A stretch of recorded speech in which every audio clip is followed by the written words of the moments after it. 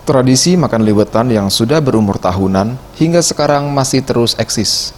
Ngeliwet, gaya makan dengan menggunakan alas daun pisang tanpa piring, makannya pun harus lesehan, duduk di lantai dan menggunakan tangan.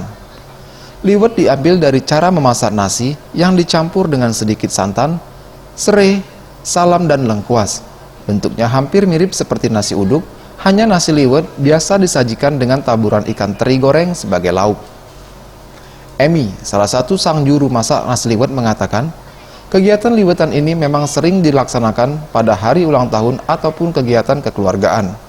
Liwetan identik dengan nasi disusun memanjang bersama tumpukan aneka lauk dan disantap bersama keluarga besar.